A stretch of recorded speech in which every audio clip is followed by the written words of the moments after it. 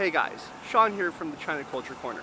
Today I wanted to talk a little bit about China's overtime working culture, including the 996 culture made famous by Alibaba, which has recently been made illegal, as well as my own experience working in China, working with Chinese companies, and working overtime in Chinese companies. Alright, let's get into it.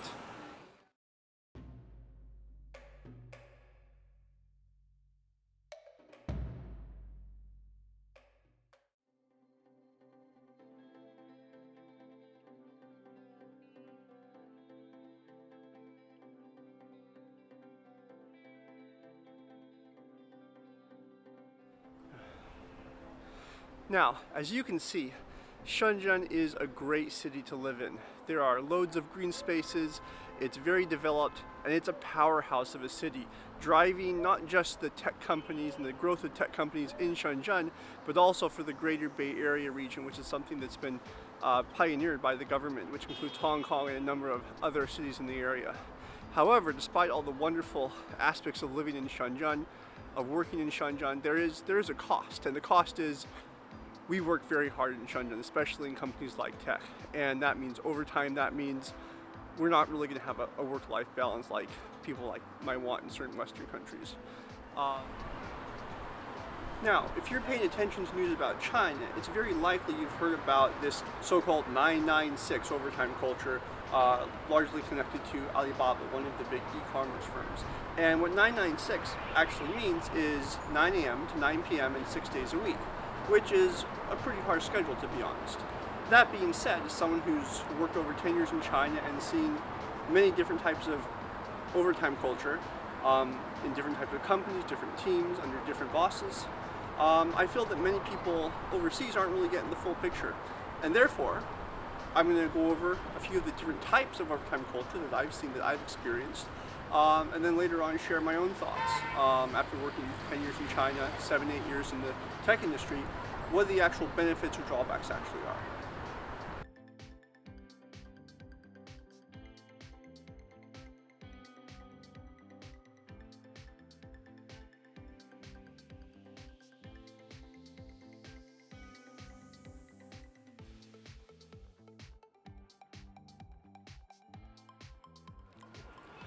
Alright, so let's talk about the different types of overtime that at least I've seen or people I know have seen in China. Now, first and foremost, we've just talked about the 996. There's maybe a specific time each day or on certain days that you're required to work till.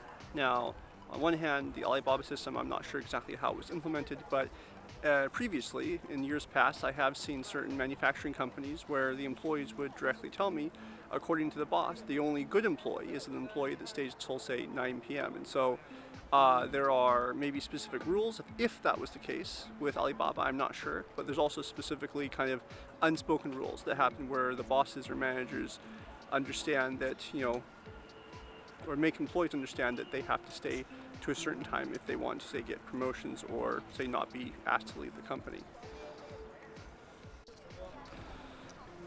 Now, another type of overtime that we see in China is maybe extra days. So oftentimes you might have a workday on Sunday or a workday on Saturday. For some companies, some tech companies, I've heard of this being every single week.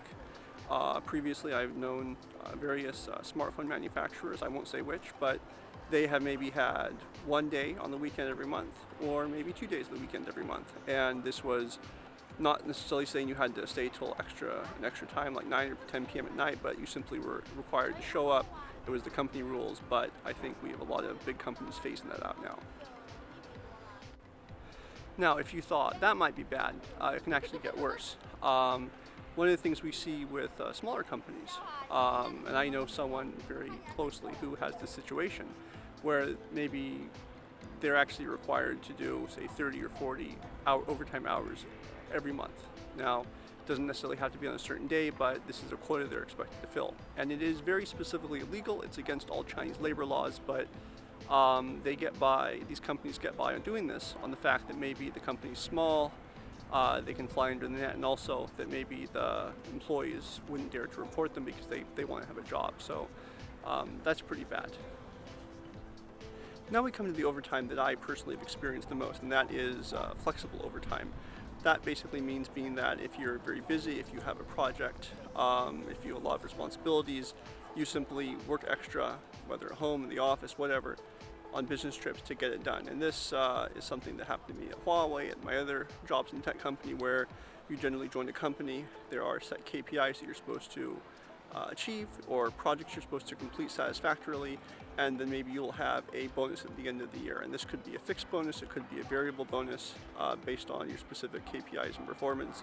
And generally what will happen is you're willing to work extra because a large part of your salary was from these KPIs. Now for me, the highest it ever got was 30-40% of my overall salary was from these bonuses, but I have known Chinese employees to have maybe 70-80% of their overall salary in this year on bonus. So this again, it can be tough, but at the very least, it is something that people go into, they understand what they're getting into, and they actually are rewarded for working overtime, for working extra, often quite well.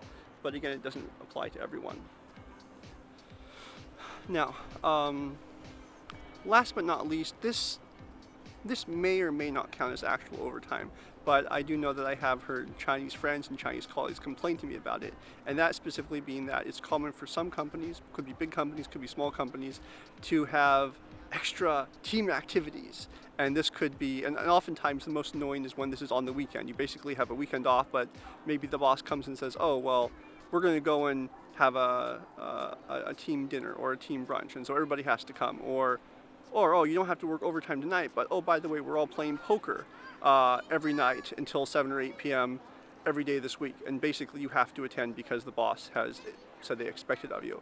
And so that's a kind of an overtime, mainly because you're being asked to do extra quote-unquote work or sacrifice your time off.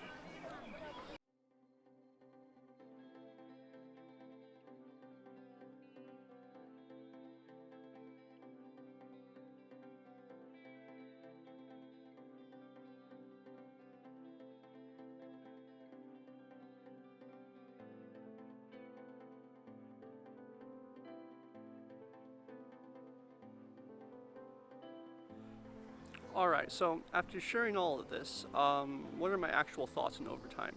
Now, when it comes down to it, overall, forced overtime at least, is a big waste of time because, at least from my experience, if someone is a high performer, if they have goals, if they want to advance, if they have high KPIs that they can get rewarded for, they're going to get the work done. They might do it after work, they might do it in the morning, they might do it on the weekends if necessary. I mean, we simply get things done in Shenzhen. That's what happens, whether it be my previous job at Huawei, my current job, or future jobs. And therefore, I personally view forced overtime as more of a failure of management, whether it be overall or the team or the boss, simply because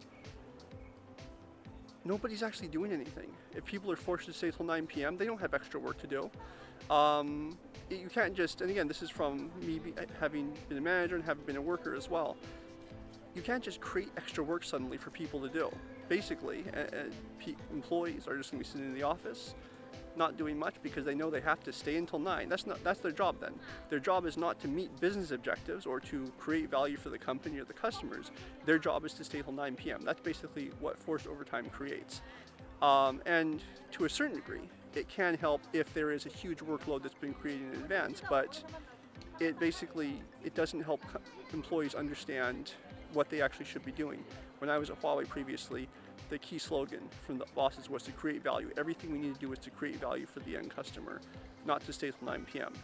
And within any company, there can be different types of overtime culture. Some team leaders, all my team leaders, have had a very flexible attitude about overtime culture. Just get the projects done, get the KPIs done, and that was basically what we had to do. But I've known many other people who just literally stay at work until 8 or 9 p.m. because they're literally supposed to be there, and that's what they're doing. They'll bring books, they'll bring TV shows, they'll chat on WeChat or other instant messaging services. That's basically what happens. So the people who need to work overtime are going to do anyways. And this is, it's potentially a problem that comes about from a lot of people who are in management positions at some of these tech companies were previously engineers, and their job is engineering. And so sometimes learning how to be a manager can come slowly, but it's also something that I think that companies are overall starting to learn. We've seen a lot of tech companies take away extra working days on the weekend, to scale back some of their overtime policies, because it just doesn't work. And I think companies are starting to realize that. And in any case, those are my thoughts, and those are my thoughts based on my own experience working in China. If you have any other experiences, whether in China or overseas with overtime culture, please feel free to let me know. I'd love to hear from you, and I'd love to continue the discussion, either in the YouTube comments, or please feel free to get in touch on Twitter and join the conversation there as well. Alright guys, that's it for today's video. Thanks for tuning in. If you'd like to learn more about China, anything, whether it be culture, language, working, living, tech, business, feel free to follow my YouTube channel, The China Culture Corner, or subscribe to my website, thechinaculturecorner.com. If you're interested in talking more, let me know in the comment section, or follow me on Twitter, which I'm very active on. I usually talk about China-related topics. That's Sean_China. And I'd be happy to talk more, share any other thoughts I have. All right. Again, thanks for tuning in. I'll see you guys next time.